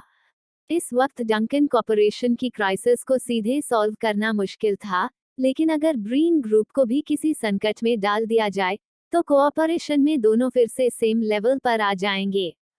तब ब्रीन ग्रुप खुद की प्रॉब्लम्स में इतना उलझ जाएगा कि डंकन कॉर्पोरेशन से लड़ने की फुर्सत ही नहीं मिलेगी। तरीका थोड़ा अंडरहैंडेड था, लेकिन काम का लग रहा था। ऑड्री ने सोच समझकर ब्रायन की बात मान ली। बैड आइडिया नहीं है, तुम एक्शन लो। उसने एक्साइटेड आंखों से ब्रायन की तरफ देखा, उसके जवाब का इंतजार करते हुए। ब्रायन थोड़ा चौंका, फिर संभलकर उसने कड़वी मुस्कान के साथ ऑड्री को देखा। मुझे खुश होना चाहिए कि तुम मुझे इतना केपेबल समझती हो, या फिर दुखी कि अपने फ्यूचर ब्रदर इन लॉ के लिए तुम मुझे बिना सोचे सैक्रिफाइस कर दोगी। तो क्या तुम कर नहीं सकते? ऑड्री की उम्मीद से भरी नजर एक पल में डिस्डेन में बदल गई। मन ही मन वो बड़बड़ाई, जब कर ही नहीं सकते थे, तो बताने की क्या जरूरत थी? ओड, शायद तुम ब्रीन ग्रुप के बारे में ज्यादा नहीं जानती। ब्रायन गंभीर हो गया। उनके पीछे जो फैमिली है, वो बेहद पावरफुल है। अभी डंकन कॉर्पोरेशन से लड़ रही उनकी सिर्फ एक सब्सिडरी है, हेड ऑफिस नहीं। जो रिचेस्ट मैन तुम्हें दुनिया में दिखता है, असल में वो रिचेस्ट नहीं होता। असली वेल्थ कुछ गिनी चुनी फैमिलीज के हाथ में है, और ब्रीन्स उन्हीं टॉप कंसोर्टियम फैमिलीज में से एक हैं। उनकी पावर तुम्हारी इमेजिनेशन से कहीं ज्यादा है। ऑड्री उसकी सारी बातें समझ रही थी, लेकिन यही वो जानना नहीं चाहती थी। उसे बस ये जानना था कि डंकन कॉर्पोरेशन की मदद कैसे हो। ब्रायन ने ऑकवर्ड सा चेहरा बनाते हुए कहा, अगर तुम इतनी वरीड हो, तो मैं तुम्हें थोड़ी और गाइडेंस दे सकता हूँ। लेकिन ये बात सिर्फ तुम और मैं जानेंगे। ऑड्री ने चुपचाप सिर हिला दिया। डोंट वरी, मैं किसी को नहीं बताऊंगी। ब्रायन आगे बोला, अगर डंकन कॉर्पोरेशन की इंफॉर्मेशन लीक हो सकती है, तो ब्रीन ग्रुप की भी हो सकती है। बस हैकर प्रोफेशनल होना चाहिए। हाई लेवल हैकर को हायर करने में कितना खर्च आएगा? ऑड्री ने सीधा सवाल किया। ऐसा हैकर सिर्फ पैसे से नहीं मिलता, ब्रायन ने हल्की मुस्कान के साथ कहा। ब्रीन ग्रुप का डेटा पाने के लिए वर्ल्ड क्लास हैकर चाहिए, और फनी बात यह है कि तुम्हारे पास ऐसा एक टैलेंट ऑलरेडी मौजूद है। उसकी आंखों में नरमी थी। ऑड्री गहरी सोच में पड़ गई। मेरे पास? फिर अचानक उसे समझ आया। कैथरीन। वो ब्रायन की तरफ देखने लगी। उसके आसपास ऐसा टैलेंट सिर्फ उसकी ऑल पावरफुल सिस्टर ही हो सकती थी। लगता है तुम अपनी सिस्टर को पूरी तरह नहीं जानती। ब्रायन ने फोन निकाला, कुछ टैप्स किए और कहा, मैंने तुम्हें ईमेल भेज दी है। इसे कैथरीन को फॉरवर्ड कर देना। इसमें ब्रीन ग्रुप के को प्रोजेक्ट्स की इंट्रोडक्शन है। अगर वो इस इन्फो तक पहुंच गई, तो ब्रीन ग्रुप पर काफी इम्पैक्ट पड़ेगा। तब शायद उनके पास डंकन कॉर्पोरेशन को परेशान करने की ताकत ही नहीं बचेगी। ब्रायन के जाने के बाद ऑड्री देर तक उस ईमेल को देखती रही, लेकिन वो ओपन ही नहीं हो रही थी। जैसे फाइल करप्ट हो। ऑड्री को यकीन था कि ब्रायन बेकार चीज नहीं भेजेगा। एक ही वजह हो सकती थी, फाइल एन्क्रिप्टेड थी, और सिर्फ वही इसे खोल सकता था जो उसे क्रैक कर सके। थोड़ी देर हिचकिचाने के बाद ऑड्री ने कैथरीन को कॉल किया। उसने पूरा प्लान बताया और कहा कि उसके पास एक फाइल है जो मदद कर सकती है। कैथरीन उस वक्त अभी अभी सोकर उठी थी। सब सुनने के बाद कैथरीन ने हल्की सी मुस्कान के साथ कहा, ये आइडिया ब्रायन का है, राइट? मैं खुद भी तो सोच सकती थी, ऑड्री ने झुंझलाकर कहा। तुम्हारा टैलेंट एक्टिंग तक ही सीमित है, कैथरीन ने शांति से कहा। बिजनेस वर्ल्ड तुम्हारी फील्ड नहीं है। ऑड्री के पास कोई जवाब नहीं था। ठीक है, उसने मान लिया। कैथी, ब्रायन अननोइंग है, लेकिन इस बार उसकी बात सही लग रही है। अगर वो अननोइंग है तो उसके साथ क्यों हो? कैथरीन के सवाल ने ऑड्री को चुप करा दिया। कैथरीन ने बात बदल दी। ईमेल फॉरवर्ड कर दो, मैं देखती हूँ। ओके। ऑड्री खुश हो गई। कम से कम वो कैथरीन की थोड़ी सी मदद तो कर पा रही थी। कॉल कट होने के बाद कैथरीन को ऑड्री का ईमेल मिल गया। फाइल सच में एन्क्रिप्टेड थी। किसी नॉर्मल हैकर के लिए मुश्किल होती, लेकिन उसके लिए नहीं। कुछ ही मिनटों में कैथरीन ने एन्क्रिप्शन तोड़ दिया और फाइल खोल ली। ये ब्रीन ग्रुप के सालों पुराने इंपॉर्टेंट प्रोजेक्ट्स की कैटलॉग थी, जिसमें कई कोर एरियाज क्लियरली दर्ज थे। ये फाइल एक मैप जैसी थी, जो उसे सीधा रास्ता दिखा रही थी। अगर वो ब्रीन ग्रुप की इंफॉर्मेशन चुरा ले, तो उसी से उन्हें थ्रेटन किया जा सकता था। लेकिन कैथरीन के मन में एक सवाल उठा। ब्रायन के पास ये सब इंफॉर्मेशन कैसे आई? उसकी फैमिली लो में बस थोड़ी सी फेमस है। ब्रीन्स तक की डिटेल्स, लगता है वो जितना दिखता है, उससे कहीं ज्यादा कॉम्प्लिकेटेड है। सब पढ़ने के बाद कैथरीन ने लैपटॉप बंद कर दिया। डंकन कॉर्पोरेशन का मामला ब्रैंडन संभाल लेगा। उसे दखल देने की जरूरत नहीं थी। उधर ऑड्री ने ब्रायन को मैसेज कर दिया। फोन स्क्रीन पर मैसेज देखते ही ब्रायन जोर से हंस पड़ा। कैथरीन पहले पावरफुल थी क्योंकि उसे किसी की परवाह नहीं थी। कोई उसकी वीकनेस पकड़ नहीं सकता था। लेकिन अब वो इनविंसिबल नहीं रही। अब उसके पास कंसर्न्स थे, और जिनकी उसे परवाह थी, वही उसकी सबसे बड़ी वीकनेस बन चुके। रोनन गहरी नींद में था, तभी उसकी नींद में ही एक रिंगटोन सुनाई दी। ये रिंगटोन खास उसी ने बनाई थी, सीधे उसके दिल से जुड़ी हुई। इसमें सिर्फ साउंड अलर्ट ही नहीं था, बल्कि स्टिम्युलेशन के लिए उसके आर्म के अंदर वाइब्रेशन भी होती थी। रिंगटोन बजते ही रोनन एक झटके में उठकर बैठ गया। उसने बगल में रखा फोन उठाया और स्क्रीन देखी। एक अनजान नंबर से मैसेज आया था। कंटेंट सिर्फ एक ही वर्ड का था, छोटा और शार्प। गो। रोनन ने मैसेज पढ़ते ही भौहें सिकोड़ ली और तुरंत उठ खड़ा हुआ। उसके पास ज्यादा सामान नहीं था। उसने बस एक कोट उठाई, खिड़की खोली और बाहर निकले हुए विंडोसिल के सहारे फुर्ती से बाहर निकल गया। उसके लिए ये सब कोई मुश्किल काम नहीं था। गार्डरेल पार करते हुए वो पास वाले कमरे तक पहुंच गया। जैसे ही वो वहां घुसा, कुछ ही पलों में उस कमरे में, जहां वो अभी था, अफरा तफरी मच गई। रोनन कोने में छिप गया, जरा सी भी आवाज करने की हिम्मत नहीं थी। सर्विलेंस कैमरा के जरिए वो पास वाले कमरे की हर मूवमेंट देख रहा था। दो लोग मास्क पहने अंदर आए। उनके चेहरे साफ दिखाई नहीं दे रहे थे, लेकिन रोनन उन्हें पहचान गया, ज़ोबर और विदौल। कमरा छानने के बाद रोनन को न पाकर दोनों बाहर निकल गए। उन्हें जाते देख रोनन के दिल में हल्की सी कसक उठी। उसके पुराने दोस्त सामने थे, लेकिन वो उनसे हेलो तक कहने के काबिल नहीं था। ज़ोबर और विदौल के जाने के कुछ ही देर बाद ब्लैक क्लोथ्स पहने एक और ग्रुप अंदर आया। सबके चेहरे ढके हुए थे। रोनन उन्हें नहीं जानता था। उन्होंने भी कमरे की पूरी तलाशी ली। जब पूरी तरह यकीन हो गया कि रोनन वहां नहीं है, तब वो जल्दबाजी में निकल गए। स्क्रीन पर सर्वेलेंस फुटेज देखते हुए रोनन ने कंफर्म किया कि सब जा चुके हैं, और फिर तुरंत सेफ पैसेज से निकल गया। एक पल रुकने की भी उसे हिम्मत नहीं थी। जरा सी देर होती, तो फिर से पकड़ा जा सकता था। सर, रोनन भाग गया। सर्च पर भेजे गए लोग सिर झुकाए, शर्म और पछतावे से भरे चेहरों के साथ ब्लैक रोब्ड आदमी के सामने खड़े थे। इस वक्त उनके शरीर डर से कांप रहे थे। टारगेट को खो देना उनकी सबसे बड़ी नाकामी थी, और इसके लिए ऑर्गेनाइजेशन की सख्त सजा तय थी। ब्लैक रोब्ड आदमी ने कुछ नहीं कहा, बस हल्की सी सांस भरी। लेकिन यही चुप्पी उन लोगों के लिए किसी खौफ से कम नहीं थी। साइड में खड़ा फिन तो सांस तक नहीं ले पा रहा था। उसने वादा किया था कि रोनन नहीं भागेगा, लेकिन इतनी जल्दी सब बिगड़ जाएगा, ये उसने सोचा भी नहीं था। सर, एक्शन से पहले ज़ोबर और उसकी टीम रोनन के लेटेस्ट एड्रेस की जांच कर रही थी। हम पहुंचने से थोड़ी देर पहले वो भी रोनन को ढूंढने गई थी। लेकिन मुझे पूरा यकीन है, रोनन उनके हाथ नहीं लगा। ऐसा लगा जैसे उसे पहले से पता था कि हम आने वाले हैं। उन्हें मैसेज मिला था कि ज़ोबा की टीम रोनन की लोकेशन ट्रेस कर चुकी है और एक रफ डायरेक्शन भी मिल गया है। इसलिए रोनन कहीं ज़ोबा के हाथ न लग जाए और वो कुछ गलत न बोल दे, इसी डर से उन्होंने पहले मूव लेने का फैसला किया था। लेकिन किसी ने नहीं सोचा था कि रोनन सच में भाग निकलेगा। वो भाग नहीं सकता, ब्लैक रोब्ड आदमी ने शांत स्वर में कहा। उसने अपना फोन निकाला और फिन की तरफ उछाल दिया। फोन पर चल रहा वीडियो ठीक वही सीन था जहां रोनन होटल से बाहर निकल रहा था। असल में ब्लैक रोब्ड आदमी ने सिर्फ लोगों को ही नहीं लगाया था, बल्कि आसपास कई सर्वेलेंस कैमरास भी इंस्टॉल करवा रखे थे। स्क्रीन पर एक लाल डॉट लगातार ब्लिंक कर रहा था। फिन ने एक नजर में पहचान लिया, ये लोकेशन ट्रैकर था। उसने हैरानी से ऊपर देखा।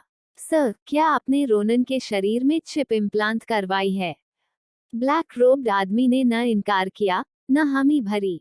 बस आदेश दिया, किसी को उस पर नजर रखने के लिए लगाओ। इस बार और डिस्क्रीट रहना। उसे पहले से पता था कि रोनन चालाक है। कैथरीन की ट्रेनिंग पाया हुआ इंसान आसान नहीं हो सकता। इसलिए रोनन के बेहोश होने के दौरान उसने उसकी गर्दन के पीछे सबक्यूटेनियस लोकेटर इम्प्लांट करवा दिया था, ताकि बाद में उसकी हर मूवमेंट ट्रैक की जा सके। ओके, फिन ने तुरंत जवाब दिया। जरा भी देर करने की हिम्मत नहीं हुई। वो जानता था कि इस बार बच निकलना उनकी किस्मत थी। अगर अगली बार टास्क फेल हुआ तो शायद खुद ही मरकर माफी मांगनी पड़े। होटल छोड़ने के बाद रोनन ने एक जर्जर सा छोटा कमरा किराए पर लिया। रेंट सस्ता था, जगह भीड़ भाड़ वाली थी और तरह तरह के लोग रहते थे। वहां किसी को ढूंढना आसान नहीं था, छुपने के लिए परफेक्ट जगह। सेटल होने के बाद रोनन ने फोन निकाला और उसी नंबर पर रिप्लाई भेजा। सेफ। बस एक वर्ड, लेकिन सब कुछ कहने के लिए काफी था। वो बेड के किनारे बैठा, हाल के दिनों में जो कुछ हुआ था उसे याद करने लगा। उसके चेहरे का एक्सप्रेशन धीरे धीरे एयरी होता चला गया। थिंग्स उसकी सोच से कहीं ज्यादा इंटरेस्टिंग हो गई थी और उसे मजा आने लगा था। लेटते ही उसे रिप्लाई मिला। Go back. मैसेज पढ़कर रोनन के होंठों पर हल्की मुस्कान आ गई। डेंजरस जगह ही सबसे सेफ होती है, उसने मन में सोचा। फैसला तो हो चुका था, लेकिन अभी एक्शन लेने का मन नहीं था। फिलहाल उसे नींद चाहिए थी। देर रात कंपनी का काम निपटाकर ब्रैंडन अपने अपार्टमेंट लौटा। उसने धीरे से दरवाजा खोला। कमरा पूरी तरह अंधेरा नहीं था। कैथरीन ने सारी लाइट्स बंद नहीं की थीं। एक छोटा लैंप जल रहा था, शायद खास उसके लिए। वार्म येलो लाइट ज्यादा तेज नहीं थी, लेकिन ब्रैंडन के दिल को गर्म कर गई। अंदर आते ही उसने देखा, कैथरीन सोफा पर गहरी नींद में सो रही थी। उस पल ब्रैंडन की सारी थकान गायब हो गई। जैकेट उतारकर वो धीरे से आगे बढ़ा और उसके पास स्क्वाट हो गया। कैथरीन ने उनींदी आंखों से देखा। उसकी आवाज में एक रे सॉफ्टनेस थी, मीठी और सुकून भरी। तुम आ गए। हम, ब्रैंडन ने जवाब दिया और अपना माथा हल्के से उसके चेहरे से लगा दिया। सोफा पर क्यों सो रही हो? बहुत सॉफ्ट है। बैक के लिए अच्छा नहीं। फोन देखते देखते नींद आ गई, कैथरीन ने बुदबुदाया। इतनी थक गई थी कि बेड तक जाने की ताकत नहीं बची। ब्रैंडन को उसका लेजी अंदाज बेहद पसंद था। उसने प्यार से उसे उठाया। चलो, बेड पर। उसका लेजी होना कोई प्रॉब्लम नहीं था क्योंकि वो उसके साथ था। कैथरीन आराम से उसकी बाहों में सिमट गई। ब्रैंडन उसे कमरे में ले गया और बेड पर लिटा दिया। दोनों इतने पास थे कि कैथरीन की खुशबू सीधे ब्रैंडन की सांसों में भर गई। बॉडी वॉश सेम था, लेकिन कैथरीन की सेंट कुछ अलग ही सुकून देती थी। उसे लिटाने के बाद ब्रैंडन उठने ही वाला था, लेकिन खुशबू ने उसे रोक लिया। वो फिर से झुक गया। उसकी नाक उसकी गर्दन पर हल्के हल्के रगड़ने लगी। वो रुकना नहीं चाहता था। कैथरीन ने उसकी हरकत महसूस की और एक हाथ से उसे दूर धकेल दिया। इनफ। मैं टायर्ड हूँ, रेस्ट करना है। उसके वर्ड्स से ब्रैंडन को थोड़ी डिसअपॉइंटमेंट हुई, लेकिन वो रुका, उसे परेशान नहीं किया। तुम सो जाओ, मैं शावर लेकर आता हूँ। अभी लौटता हूँ। उसने उसे सुकून से सोने सुबह सुबह ब्रैंडन ने खुद ब्रेकफास्ट बनाया और डाइनिंग टेबल पर सजा दिया। हालांकि वो कल रात बहुत देर से लौटा था और देर से सोया था, फिर भी उसने जिद करके जल्दी उठकर कैथरीन के लिए नाश्ता बनाया। उसी वक्त कैथरीन कमरे से बाहर आई और धीरे धीरे चलती हुई टेबल के पास आकर बैठ गई। इधर आओ, अभी ब्रेकफास्ट करोगी? ब्रैंडन ने पूछा। कैथरीन ने टेबल पर रखे खाने को देखा और हल्का सा भौहें सिकोड़ ली। उसका एक्सप्रेशन देखते ही ब्रैंडन थोड़ा घबरा गया। तुम्हें पसंद नहीं आया? क्या खाना चाहती हो? मैं फिर से बना देता हूँ। आज उसने वही डिशेस बनाई थी जो कैथरीन को आमतौर पर पसंद होती थीं। पहले जब जब उसने ये बनाया था, कैथरीन ने बहुत खुशी से खाया था। ये पहली बार था जब उसने कैथरीन को ऐसा एक्सप्रेशन देते देखा, इसलिए उसे लगा कि शायद वो अब इन चीजों से बोर हो गई है। नहीं, बस अभी अभी उठी हूँ। थोड़ा उल्टी जैसा लग रहा है। शायद कल कुछ गलत खा लिया होगा, कैथरीन ने हल्के से कहा। इन दिनों ब्रैंडन डंकन कॉर्पोरेशन के काम में बहुत बिजी था और कैथरीन के लिए कम ही खाना बना पा रहा था। ज्यादातर वो स्कूल कैंटीन में ही खा रही थी। स्कूल कैंटीन का खाना बाहर के रेस्टोरेंट से थोड़ा हेल्दी जरूर था, लेकिन घर के खाने जैसा नहीं होता। कैथरीन को पहले से ही स्टमक की प्रॉब्लम रहती थी। जब ब्रैंडन उसके लिए खुद खाना बनाता था, तब उसकी हालत काफी सुधर गई थी। ब्रैंडन को लगा कि शायद उसकी स्टमक प्रॉब्लम फिर से शुरू हो रही है। उसने एक ग्लास में गुनगुना पानी डाला और उसे देते हुए कहा, थोड़ा वार्म वाटर पी लो, पेट को आराम मिलेगा। चाहो तो मैं सूप बना दूं? नहीं, पानी काफी है। कैथरीन ने ग्लास लिया और धीरे धीरे सिप करने लगी। पेट का भारीपन धीरे धीरे कम होने लगा। ब्रैंडन की कुकिंग सच में अच्छी थी। जो कैथरीन थोड़ी देर पहले तक बिल्कुल एपेटाइट में नहीं थी, उसने कुछ बाइट्स लेने के बाद अच्छे से खाना शुरू कर दिया। ये देखकर ब्रैंडन ने राहत की सांस ली। खाना खत्म करने के बाद कैथरीन ने देखा कि ब्रैंडन अभी जाने की जल्दी में नहीं है, तो उसने कैजुअली बात छेड़ दी। मैंने सुना है कि डंकन कॉर्पोरेशन क्राइसिस में है। हाँ, ब्रैंडन ने छुपाया नहीं। कुछ इम्पोर्टेंट इन्फॉर्मेशन लीक हो गई है। क्या ये रोनन ने किया? कैथरीन ने पूछा। एविडेंस के हिसाब से हाँ, वही लगता है, ब्रैंडन ने साफ जवाब दिया। कैथरीन और रोनन के रिश्ते के बावजूद ब्रैंडन ने सच छुपाने की कोशिश नहीं की। उसे पता था कि कैथरीन ये सवाल बेवजह नहीं पूछ रही, और उसे लगता था कि ऑनेस्टी ही सबसे सही रास्ता है। कैथरीन ने हल्के से कहा, ओके, मैं रोनन को ढूंढूंगी और डंकन कॉर्पोरेशन को एक एक्सप्लेनेशन दिलाऊंगी। उसने कहा, डंकन कॉर्पोरेशन सिर्फ ब्रैंडन नहीं। प्राइवेट तौर पर वो और रोनन भाई बहन जैसे थे। पब्लिक तौर पर वो हैकर अलायंस की हेड थी और रोनन उसका मेंबर। किसी भी तरह से देखा जाए, इस मामले की जिम्मेदारी उससे भी जुड़ी थी। ठीक है, जो तुम्हें सही लगे करो, ब्रैंडन ने कहा। डंकन कॉर्पोरेशन की चिंता मत करो, मैं संभाल लूंगा। वो नहीं चाहता था कि कैथरीन उसके लिए ज्यादा कुछ करे। अगर उसे अपने काम संभालने के लिए अपनी वुमन की मदद चाहिए होती, तो ये उसके लिए शर्म की बात होती। उसे बस यही चाहिए था कि कैथरीन अपने रिसर्च पर ध्यान दे और वो करे जिससे उसे खुशी मिलती है। मेरा ब्रेकफास्ट हो गया, चलो, कैथरीन ने कहा। ओके। ब्रैंडन भी उठ खड़ा हुआ और उसे स्कूल छोड़ने की तैयारी करने लगा। जैसे ही दोनों नीचे पहुंचे और नेबरहुड से बाहर निकले, रिपोर्टर्स की एक पूरी क्राउड ने उन्हें घेर लिया। ये सारे रिपोर्टर्स डंकन कॉर्पोरेशन को टारगेट करके आए थे। कैमरास सीधे ब्रैंडन की तरफ थे। मिस्टर डंकन, सुना है कि डंकन कॉर्पोरेशन पर इंफॉर्मेशन लीक का बड़ा संकट आ गया है और इससे कंपनी को भारी आर्थिक नुकसान हो सकता है। क्या ये सच है? क्या ये लीक्ड प्रोजेक्ट ब्रीन ग्रुप के साथ कोऑपरेशन से जुड़ा हुआ है? मिस्टर डंकन, क्या आप डंकन कॉर्पोरेशन के फ्यूचर को लेकर चिंतित हैं? मिस्टर डंकन, प्लीज हमारे सवालों का जवाब दीजिए। सवाल एक के बाद एक बरस रहे थे, तेज, शार्प और जानबूझकर उकसाने वाले। कोई भी समझ सकता था कि ये सीधे ब्रैंडन को निशाना बना रहे थे। नॉर्मली रिपोर्टर्स ब्रैंडन का इंटरव्यू लेने से पहले 100 बार सोचते, लेकिन आज वो बिना किसी डर के उसके दरवाजे तक आ गए थे। साफ था किसी ने उन्हें भेजा था। पैक्सटन और उसकी टीम को खबर मिलते ही वो तुरंत पहुंचे और रिपोर्टर्स को रोकते हुए ब्रैंडन के आगे शील्ड बन गए। पूरे समय ब्रैंडन ने कैथरीन को अपनी बाहों में थामे रखा। वो नहीं चाहता था कि कैथरीन को कोई एक्सपोजर मिले या जरा सी भी चोट पहुंचे। पैक्सटन और उसकी टीम ने सख्ती से रास्ता बनवाया और जल्दी ही ब्रैंडन को क्राउड से बाहर निकाल लिया। लेकिन ब्रैंडन तुरंत नहीं गया। वो रुका, पीछे मुड़ा और रिपोर्टर्स की भीड़ को ठंडी नजर से देखते हुए कहा, इन सबके चेहरे रिकॉर्ड कर लो।